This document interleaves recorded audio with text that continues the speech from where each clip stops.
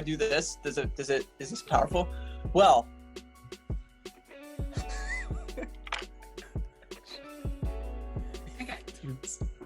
all right, on you, man. Oh, before we start, we got to stop at 9:45. Okay, perfect. Good. Right. We're not gonna take that long, I hope. Yep. All right, so we are here with. Oh, my mom's calling, so I guess I gotta edit that out. No, keep it. I think that's good. Wait, let me answer. Answer right now. Do not answer. That's a double negative. Answer your mom's call right now. Hello? Answer that phone call right now, brother. I'm not kidding. Answer that call.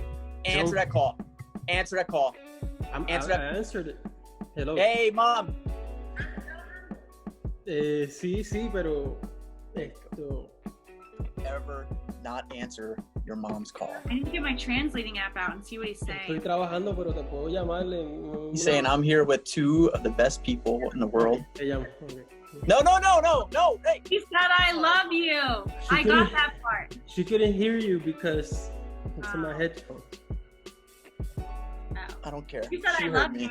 I heard that. I don't know what else you said, but I got the I love you part. I'm pretty sure he said he's with two of the greatest people in the world. I said te llamo, not te llamo. Like, I'll call you back. Oh, that's really close. Yeah, it is pretty close. You said we're jamming? Llamo? Pajama. Te llamo. Yeah, llamo. Instead of amo is I love you, but llamo is I'll call you back.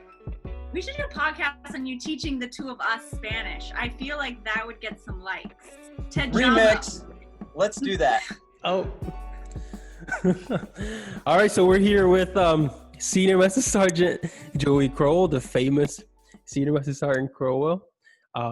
He's over at 5th Air Force Law Office Manager, but he is about to go to Ramstein as the Law Office Superintendent. Ramstein. That's right. So Ramstein's about to be popping now. And we're also here with Master Sergeant Gayla Waddy. She is a PME instructor, currently the ALS Director of Operations, right? Mm-hmm. And Director of Resources. I got like 2 jobs right now. So she's dual-hatted at the moment. And we're just here to talk about potentially Master Sergeants rating other Master Sergeants, or maybe any other rank, right? Tech Sergeant rating other Tech Sergeants, so on and so forth, and whether or not that's good practice or not. So that'll be the main topic, but if we get into other things, then we'll get into those as well. So we'll start with just telling me a little bit about yourselves, what you currently do and your duties, and anything else that you want to share. Yeah. After you, ma'am. Well, thank you. So You are currently welcome. I'm the Director of Operations for Airman Leadership School here at the Irwin PME Center at Kadena Air Base. We teach NCOA and ALS. So when I first came here 3.5 years ago, I started teaching ALS with the famous Master Sergeant Perez here that's on the call or on this podcast. So we started off teaching ALS together. I went to go learn NCOA for a bit, teach it for a bit. Then I went back to ALS to try to lead the team until I PCS in January, and then spend some money as the Director of Resources. So that's what I do here at Kadena. I'm from Texas, but as you can see behind me, we are Redskins fans because my husband is from Maryland, so it doesn't really go. We hate the Cowboys here in this house. That's about me. Woo! Yeah! That's right. Yes! That makes me so happy. But are you a Redskins fan? No, that she hates the Cowgirls. Oh. That's what my husband calls them too. Now you can see the whole Redskins. You a Giants fan? I am, only because I'm from New Jersey and we don't have a team. Right. And there are stadiums in New Jersey. You can like the Redskins. No, well, I don't hate them. But The team name is, yeah. another topic of discussion. Hey, I'm Senior Crowell. I'm at Yokota at 5th Air Force. I have prior superintendent experience. I know Al from being a defense paralegal at interesting time, very unique time in our Air Force at Lackland, and loved learning this awesome friend of mine, and love having this, being invited to this unique time. So thanks for having me. Absolutely. Thank you both for agreeing to do this. I go way back to with both of you, actually.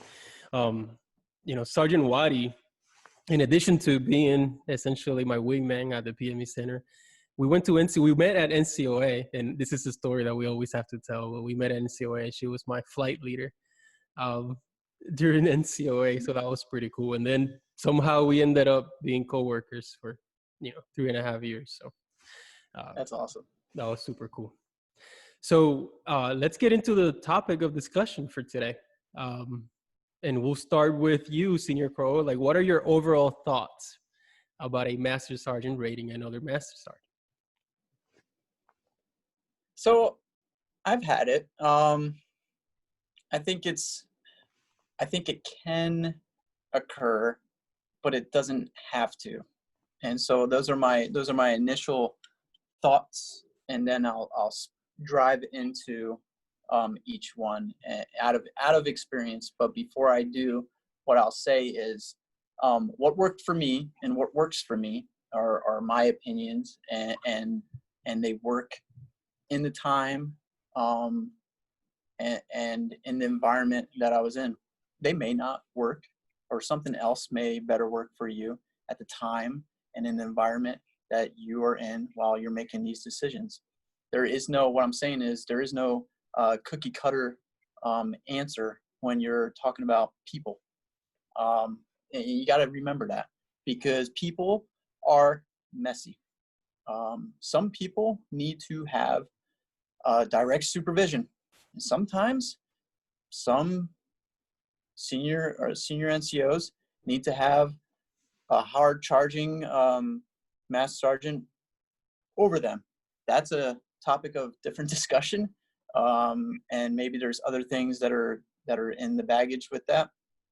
But here's what I'll say in driving into it with that caveat, is I have rated a Master Sergeant within that first year when they transitioned into a technical sergeant, or from a technical sergeant into a master, while I was supervising them.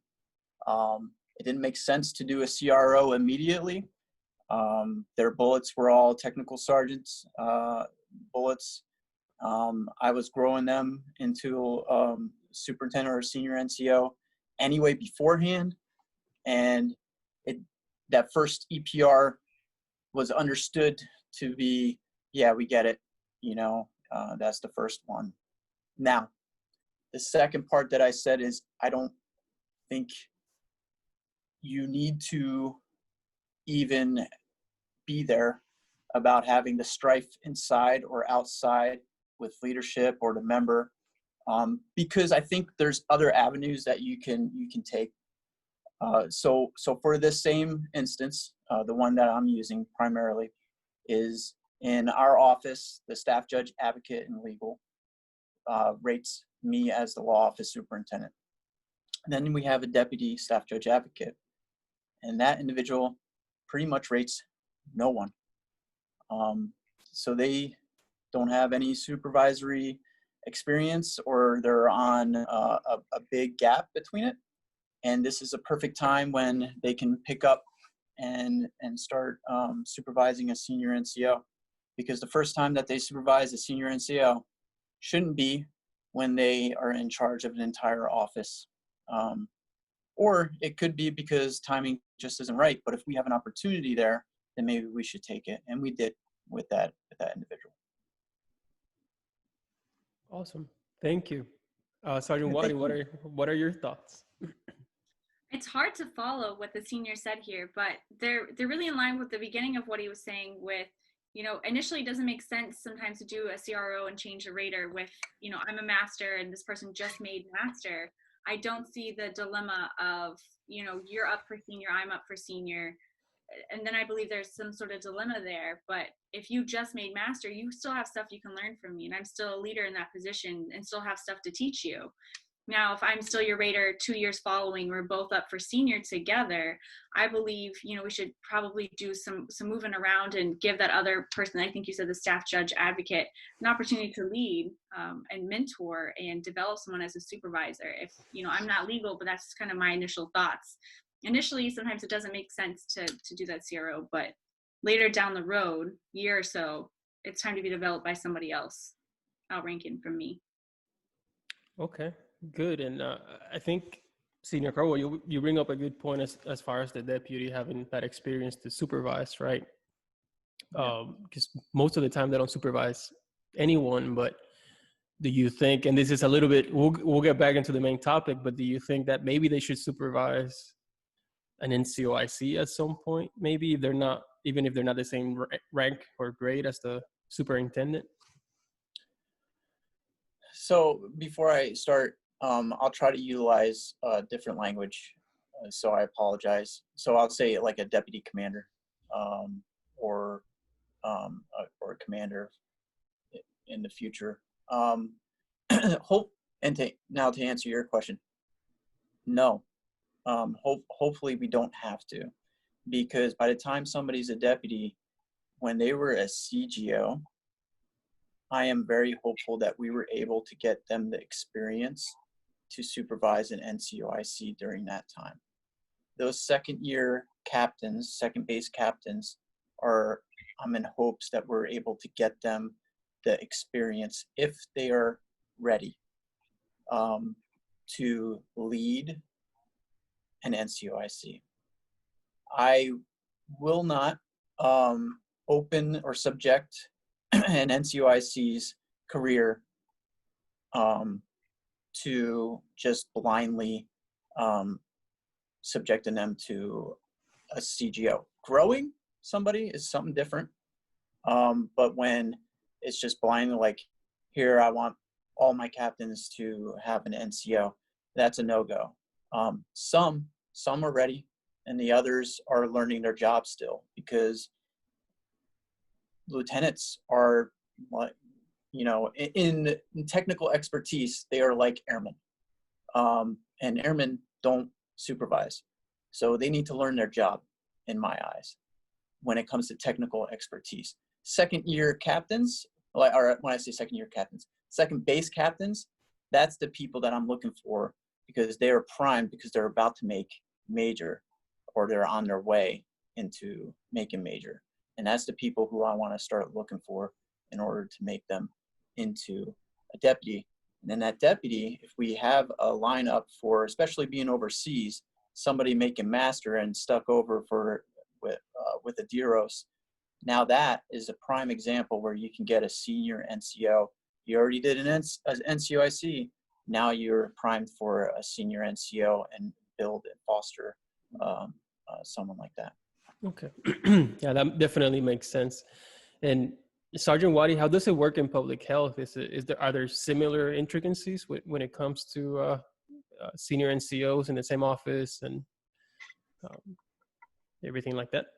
I think it's really similar to how it works in the PME world. You have a couple staff sergeants here in the PME Center. Anyway, you have a couple staff sergeants and some tech sergeants that then rate on those staff sergeants, and then you have some master sergeants that rate on the tech sergeants, and then in public health you have normally one flight commander and then a master sergeant, maybe a senior, but normally just a master sergeant. So if one of my NCOICs of the different sections, and I'm the public health flight chief in this scenario, makes master, and my rater is the commander, the flight commander, the initial thing would be for me to rate them, that initially PR, and then normally they go up to that flight commander, and the flight commander would then rate both of us.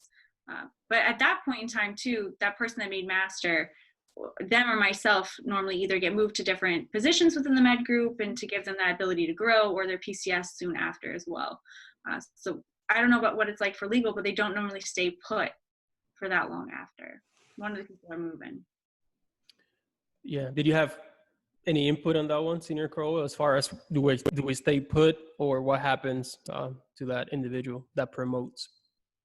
Yeah, other than what I said with the DEROS, because that's a whole different game, right? But when it comes to, because it's hard to shift around senior NCOs, overseas. Sometimes when you have a co-located NAF, then you have a little bit more of movement. But when it's CONUS, yeah, we'll move around a senior NCO and you'll blink. So it's time on station that'll take priority usually. And you'll just see like, hey, I just thought that person just got here. Or you'll just be like, oh, that's because they just made master and they're going to be a superintendent somewhere. Okay. If you get that rank, we're going to use you. Good. Yeah. So I guess it kind of works similarly between the public health world and the legal world. So what are the potential dangers then? And I'll go to Sergeant Waddy of a master sergeant rating another master sergeant. Like what could be the main issue here? What could be the problem within an office? Well, I'll give the example of you and I first, and then share kind of what I peeked at just a second ago. Was you and I both put on master around the same time. They're like, hey, he's the director of operations for ALS. You're an ALS instructor. You supervisor. And I was like, wait, pump the brakes, because he's my friend. I see him as my friend. And of course, we're both professionals. We can put that to the side. But he's my friend. And now we're taking away this friendship and this relationship I have with him, and making him my supervisor, which changes things a little bit. We shouldn't be friends. You should rate on me like you do everybody else. So that became a dilemma for me with you specifically, because I was like, wait, no, don't take this person away from me and make them my supervisor. They're my trusted agent, which a supervisor should be, but like he should be, everything should be fair. Not that you would never be fair, but we're friends. And so going back into what I mentioned earlier was, if we are both going up for the same rank together, I'm not saying that any of us on this call would ever affect someone else's promotion, but if you have someone that's in that, I think you wrote earlier in our topics to discuss that when it all costs mindset, which is completely unethical, but they could potentially negatively impact someone's career as that rater if you're both going up for the same stripe. And not that, again, that we would do those things, but that would always be something on the back of my mind. Like, you're rating me, you are potentially sending me up to the same stratification board that you're going for. So those are the two things for me. Okay. I definitely agree with, like, if you have a prior relationship where you are, definitely been peers for so long, and now you're the same rank, like nothing has changed, and now you have to supervise this individual. I don't think it's as effective. And I don't know if it works in that situation, but Senior Crowell, what do you think? What are the potential dangers? I think, so if we use the example of a superintendent, so I'm going to use an example and you just tell me if I'm tracking. If I'm a superintendent and then one of my technical sergeants made master and put it on, and I'm going to continue to rate that individual, right? That's the scenario, right? Right. I mean, that individual is not promotion eligible. Right. And so what's the downfall of that, right? What could potentially be, right? So the argument would be, hey, you still have what you said, ma'am, you still have a lot to give the individual, right? And I believe that there's a small window that you can give that individual. You can always give that individual in your position, right? The position never stops. Your position as a superintendent, your duty is to grow that person. I would stay on that. Here's your downfall, is if you keep rating that individual, you run the risk of that individual not receiving you anymore. And what I mean by that is we don't control other people's feelings, but what we do control is the environment. And if you move that individual over to a different rating scheme, what you do is you go ahead and build the confidence in that individual. You show that you trust them, right? You show that you understand that they also deserve to be deliberately developed in a different way. And it's not all about their career, but it's about their building them, and you're trusting them. And so you take an approach and you say, hey, the deputy is going to be, I'm still going to be your superintendent, right? But you're now a senior NCO, just like me. You're not the superintendent, right? And that's not even the discussion, because I never lose that title. You are a master sergeant, though. You're a senior NCO. Welcome to the club. I'm not going to welcome you halfway. If I'm going to welcome you, I'm all in. And that is a true sign for me to that individual of welcoming them all the way. If I don't and I continue to rate them, for me, on the other end, I treat people the way I would like to be treated. If I don't do that, I definitely, for me, would take that as, hey, you said you trust me. I don't understand. I get that you're the superintendent, but why am I being rated by my peer? I get the initial part, but it's been about a year and a half, 2 years, and now we're going up, and it's just not, I'm in your shadow. I'm in your shadow, and I just want to shine, you know? And part of your job is to build me up. So how do we do that? And that's how we get into the competitiveness into it. And I'm not about that. I have no time for that. We have no time for that. We just got to do the right thing for the right reason, and we got to take care of each other. And I can't control other people's actions, but what I can do is build it and foster an environment that has the best means for success. That individual that I'm talking about right now is a first sergeant. I am not in any way saying that the actions that I took got him. That individual got him there, right? What I'm saying is it definitely didn't hurt him. Right. Absolutely. And it's interesting when we talk about rating and when we talk about APRs and when we're talking about potentially being, that individual being in our shadow if we are the raters. But how do we think it affects their EPR if we are the ones who rate them instead of a senior officer or the deputy or the staff judge advocate? I guess I'm excited to hear what the senior has to say about this one, because, I've heard it both ways to where, it matters what you've done. It matters the people that you've taken care of, and it matters the impact that you've made in people's lives and to the job. It doesn't matter who signs it. It matters what you did with the position and what you held. But I've also heard from some people, not as many, that it matters like what signature and what rank is on the back of that EPR. So I am curious to what the senior thinks here. I think it looks, say what you said, it definitely, number one priority, it matters what you do. It matters how you grow in the position. It matters that duty title, where you are, everybody gets stuck. They're like, I need to be at point A in position B, and I need to do that, right? I need to be in this position in order to get here where I want to be, right? In order to make this rank. And then you meet all these people, all these chiefs, all these colonels, all these people, everybody that says, no, I did a bunch of jobs that you wouldn't even think that would get me to where I've been. And that wasn't my goal. My goal was just taking care of people and everything like that. And don't get me wrong. There's the one-offs and everything, and you take that for what it's worth. But you meet these individuals and you're like, oh, you mean you were at commissions and the commissions is this job that no one would think that you would be able to. Well, you hear that you get you get promoted out of it, and people are, it's what you do there. To go back to the question about who signs there, I believe it looks, after that initial time period, it looks odd. You have a master and then you have another master. If for manning purposes you can't do anything about it, like if you're in a large unit like maintenance or something like that, then that's probably where the feedback is where it's like it doesn't matter and we understand and everything.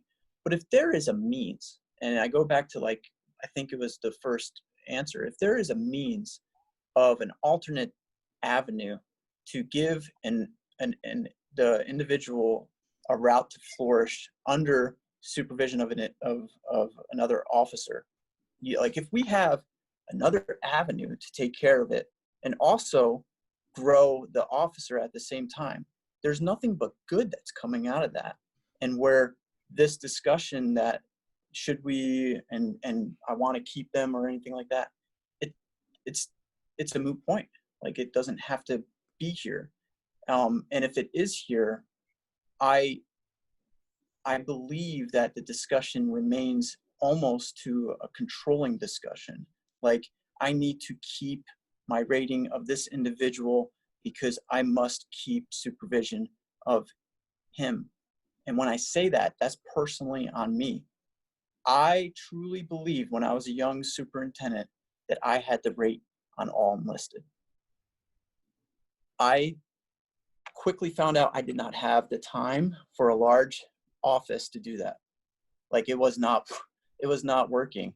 I mean, it worked. I made it work, but people were not receiving the actual development that they needed as supervisors. And it showed, like, within, no joke, 6 months, because I was doing everything. Everybody was coming to me. And, I could chalk it up to, well, it's because of our manning and it's because of this or anything like that. But it doesn't matter. You can get those senior airmen to ALS. You can get, you can get everything to work for you. And once I let go, once I let go of that, it got me to that decision of the deputy rating the master sergeant. That was a no-brainer for me. And it felt amazing. If I held on to that master sergeant, I truly believe that there would have been a lot of friction between us that didn't need to be there. Gotcha. I think too, like in that position, I don't know what was in your mind, but to be the law office superintendent and to have all these people underneath you and someone make master and you think that you have to rate on everybody, I honestly think what would go through my mind is, how dare I burden someone else with this rating thing when I'm the superintendent? I should be doing it. This is enlisted. I should grow them. I should do the things. I need to work later. I need to do more. I have the title that I need to be doing more than everybody else, but you get burnt out. And like you said, people don't get what they need in the long run. You have to be able to share the responsibility so people get what they need, because it's not about you, it's about them. Not that it was selfish reasons, like no. You just thought you should be doing the most and you have the title, do the things. I felt like it was in my lane, and if it goes wrong, it's on me. And it was all excuses. And oh my Lord, once I let go and actually got people into their actual lanes and saw the error of my ways, did I have a whole lot more of, my family was happy, my office was happy, my SJs were happy, because there was between two. The deputy was super happy. Like, everything was getting a whole lot better, to include when we had misconduct. Like, I couldn't believe when we had misconduct, people were happy, because I was taking all that burden and thinking like, okay, this is my troop, blah, blah, blah. No, they got to take the first hack at it. And I was like, yes. Okay. One last thought, one last question in the discussion. And again, I think we've gotten a lot out of it. I've gotten a lot out of it. I was definitely in the position more about the superintendent rating the other master sergeant, but I think it depends. I just don't want to be in this mindset that, oh, it can never happen under any circumstances. I think there are certain circumstances in which it can happen. The AFI allows for it. So it's definitely within our, something that we can utilize within our options. Not the first resort, definitely, but within our options. All right, so last thought. Can't see. Couldn't see. Now I can. Okay, go ahead. So if we are not supervising this individual, right, are we still supposed to hold them accountable administratively wise? Like, we're talking about paperwork, letter of counseling, letter of reprimand. And second, are we still essentially, quote unquote, taking credit for the work that they do? We're still overseeing and we're responsible for the work. Do we still essentially include that within our EPRs, within our bullets? I don't like the word credit. I don't like it either, but it's what happens, right? But you're not the one doing the job anymore. You're the one leading the people doing the job. The through your leadership, the people are amazing on their own, hopefully, but through your leadership, you're facilitating these things being done. So I wouldn't necessarily consider it taking credit.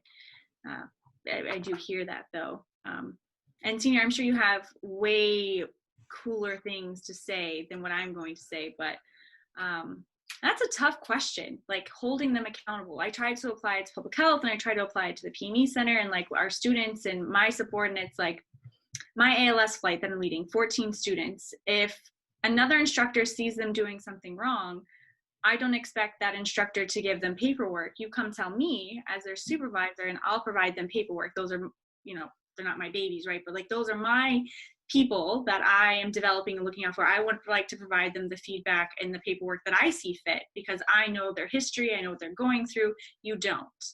So my initial thought is that it's best for those words of whatever it is that they did to be passed along to their supervisor, who knows the backstory, what's going on with them. Do they just get an LOC for X thing, and to provide that discipline from a supervisory standpoint? That's my initial thought. I like it. So I agree with it. I have a very, very easy New Jersey philosophy. That is an oxymoron. That makes no sense. Jersey and philosophy. But here's what I'll say. Like, if I have to wake up at 0300 to take care of some business that involves them, then that's on me. If you don't, then you need to involve me. That's how that, like, if they get in trouble at 3 o'clock in the morning and I'm the one that comes and you don't, then I'm the person that you have to go through. And that's a very old, like, that's just how I've done it back when I was security forces, like all the troops. That's how I've done it. Legal's different. And this is as a superintendent specifically. And when I say the loss is different, I would say the triad's different. So not just legal. So I would say the triad's different. So first sergeant's different. Chief and the commander are different, right? Because they're not directly supervising people. And we may not be supervising people. So if you go back to that saying that I said, I am going to be waking up at 3 o'clock in the morning as a superintendent. And I am going to be picking up people, or at least waking up and taking a call. And so that's the problem. So here's the deal. I'm going to be holding people. I'm going to be in a discussion of holding people accountable. That's my initial thought. So if we go back to, if we change the rating scheme to the deputy, yeah, we're gonna be sitting, because the triad needs to be strong, and it's not always, right? But let's say we're in a strong triad.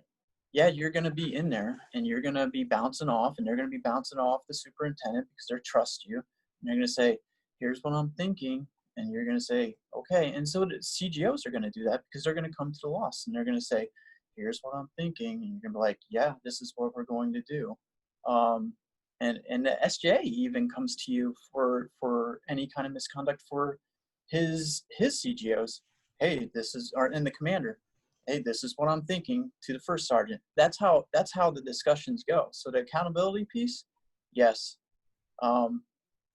Yeah, there is a reasonable expectation that you will hold them accountable. I don't think in the way that you're asking the question that it meets what you're talking about, but you will be. But you'll be doing it through a more strategic purpose, a more triad way through the supervisor.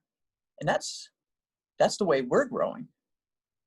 So through this process, instead of directly supervising, we're now growing ourselves into the operational to the strategic level. Right. And what's the second part? Well, I know you don't like the word in taking credit, but since you're responsible for the work that they're doing, do you include their accomplishments in your EPR? Yeah, because of what she said. You like how I did that? That's how I answered that. Yeah, because you lead the team. That's your team. If you lead them now, but I don't like that word credit. You don't do that. If you do it, and I mean, we all know what I'm talking about. If you do it in a way like you did absolutely nothing, and you're like, oh, let me go into their stuff and just pull it over here, and you know you're on leave, or you did, it's just wrong. You better not mess up, because people like Al will call you out. He will. And back to what you said too earlier, you said do the right things for the right reasons. I mean, if you're doing that, you're leading the team. You're not doing the things anymore. You're leading the people to do the things. So You shouldn't feel guilty about adding that stuff in your EPR. If you feel guilty, like you're like, then there's a problem, right? That's Jiminy Cricket right here going like, hey guy, there's something wrong here. That's right. That's Jiminy Cricket, old movie. Do you think when you're in ALS, you taught all those classes that, like, when you're the director, you didn't teach them, other people did, you facilitated it, like you were the one that made the classes happen? No, I definitely didn't feel guilty about adding that into my EPR.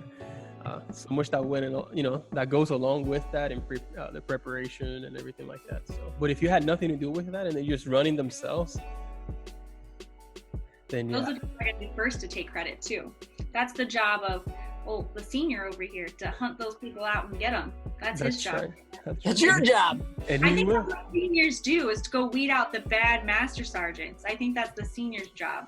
That's all of our jobs. Right here. If you could see, my hand is going to his house, Redskins, right over. Yeah, all right. inclusive. Well, looks like we ran out of time for today, but again, I want to appreciate both of you for stopping by and having this discussion. Hopefully this is not the last time, right? We can hopefully invite you at other times for other discussions as well. But this was fun and hopefully valuable. Hey, this was really cool. Yeah, it was really cool. I agree. I want a microphone though. No, but you got to buy one. That's right. This one was kind of pricey, but Yes, it was. It's all good. Watch for the so we're essentially done with this, but watch for the edited version. I'm gonna have some music in there and all that type of stuff. So He's so is good. Is it gonna be Space Force? Oh, Like that's Space Force right. music? Space Force. I've been watching that. It's funny. I've been watching it too. It's super funny. It's hilarious. But all right, y'all. Wait, hold on. Tejamo. That's It's right. either call me later or call me back. I'll call you. I'll call you. Yeah, I'll call you. Which one of those words was call? Llamo. Oh. Yeah, llamo is to call. I'll call. If I'm a girl, would it be Jama? No, it's the same. It's a Jamin. male always. Jamin. It's Jamin. always a male. But all right. Always male. Of course, it's always a male. Airman, trash man, Spaceman. El man. chico por la teléfono es muy guapo. Chico por teléfono. What was that? I The don't only know. thing I know. That and Biblioteca Queso. That's Oh. library cheese. Library cheese. That's what that means. But